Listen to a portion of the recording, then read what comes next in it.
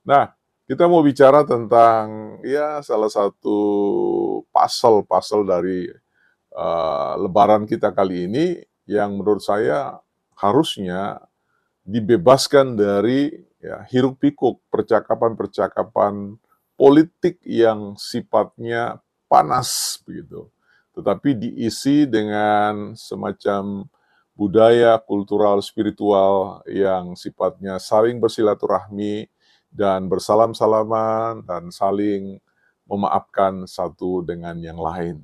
Tapi kelihatannya ini tidak memempan ya.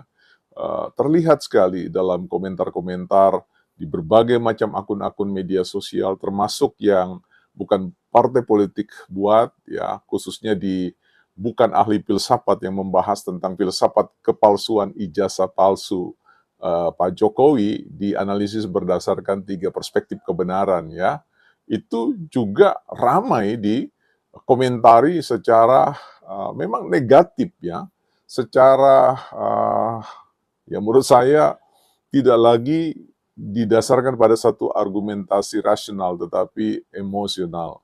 Nah ini kan cukup mengherankan ya, artinya tinggalkanlah dulu ya persoalan itu, persoalan ijazah palsu kah, apakah 1.000 miliar palsu, ini juga keterlaluan ya.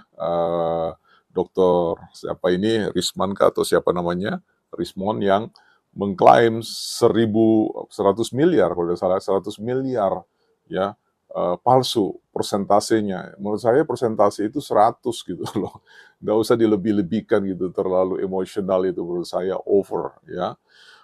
Over confidence untuk mengatakan bahwa ya cukup saja 100% ijazah Pak Jokowi palsu, itu kan seperti itu. Tidak usah kemudian 1.100 miliar atau 1.000 miliar dan sebagainya. Mau mengatakan bahwa itu palsu sekali gitu loh. Nah itu saya juga bias ya, tidak proporsional untuk bisa diterima dalam akal sehat.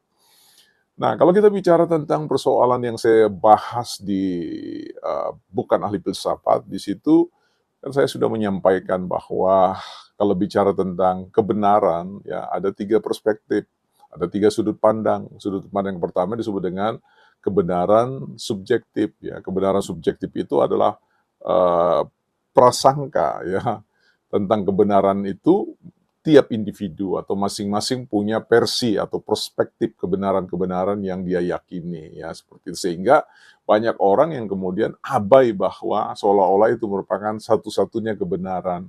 Padahal ada yang disebut dengan kebenaran intersubjektif ya.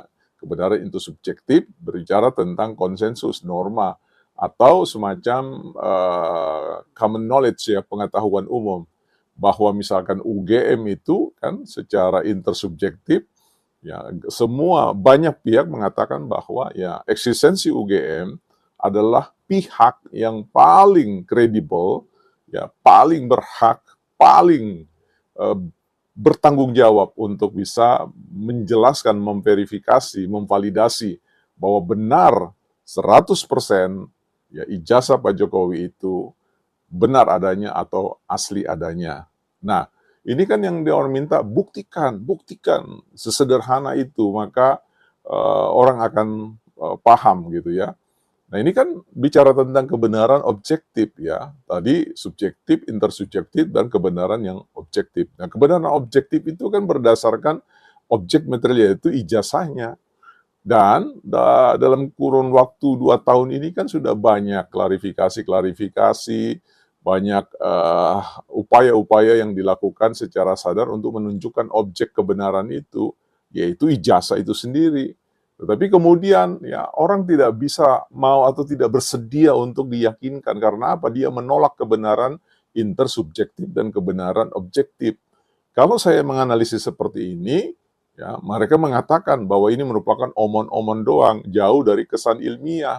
Ya, bahkan ya dikatakanlah mutar sana, mutar sini, ngeles sana, ngeles sini. Nah, ini menjadi soal ya. Kadang-kadang ketika kita berbicara tentang kebenaran subjektif yang tidak mau ya kita periksa kembali, ya, seringkali ya kita terjebak ya. Ketika orang mau menuntut Jokowi segera buktikan, perlihatkan saja.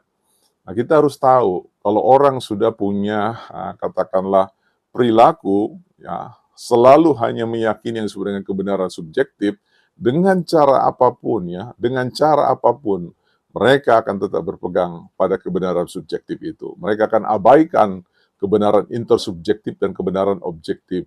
Karena bagi mereka itu adalah manipulasi, kebohongan, dan sebagainya. Bahkan kemudian mulai menyerang orang-orang yang meyakini kebenaran subjektif juga bahwa 100% Pak Jokowi sudah menyelesaikan pendidikan ya. Nah, ini persoalan yang muncul adalah ketika orang ganti gonta-ganti dari sisi nomor seri, dari sisi foto, dari sisi ya perkembangan evolusi huruf dan sebagainya. Itu kemudian diajukan secara bergantian dan tentu kan ada argumentasi yang bisa dikedepankan untuk dijawab ya, untuk menjawab persoalan itu ya. Dan sudah banyak yang membahas tentang bagaimana teknologi huruf itu bukan hanya harus dipakai variabel tentang penginstalan ya New Timers Roman ke dalam sistem komputer.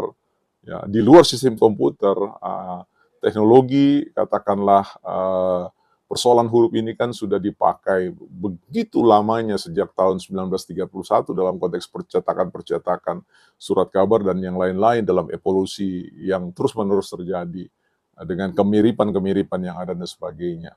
Nah, tetapi tetap saja orang mau supaya Jokowi mengaku apa yang sebenarnya harus bertentangan dengan apa yang dia katakan selalu, yaitu ya mohon maaf ya rakyat Indonesia, ijazah saya memang palsu. Dan orang pingin itu seperti itu. Kalau dia tidak lakukan, maka Pak Jokowi bohong ya. Nah, ini kan susah juga seperti itu ya. Jadi saya kira teman-teman kita harus menyadari bahwa UGM itu jauh lebih besar dari seorang Jokowi. UGM itu jauh lebih besar dari seorang presiden karena dari UGM, dari rahim UGM itu banyak sekali pahlawan-pahlawan Indonesia yang dilahirkan.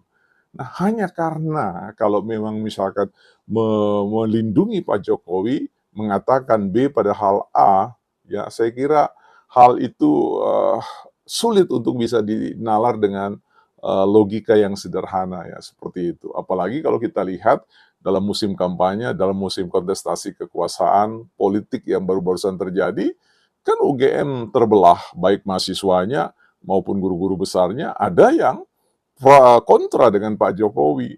Kalau memang ijazah Pak Jokowi itu palsu, orang-orang ini, mahasiswa ini yang paling pertama berdemo, ya seperti itu. Jadi menurut saya kita bicara tentang persoalan membuktikan kebenaran ijazah palsu atau asli itu ya harusnya sesederhana saja. Siapapun boleh punya prinsip, punya keyakinan terhadap kebenaran subjektif masing-masing, bisa percaya dan bisa tidak.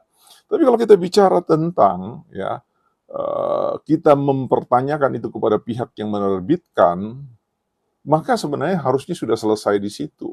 Ya, kalau misalkan masih tidak percaya, jangan kejar Jokowinya, kejar UGM-nya, ya silakan ke sana gitu loh. Dr. Rismon atau siapa itu, ya silakan.